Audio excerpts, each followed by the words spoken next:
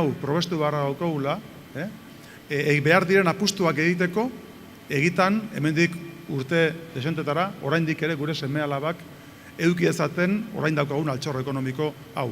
Alegia, orain egin behar dira lanak, une ekonomiko on batean.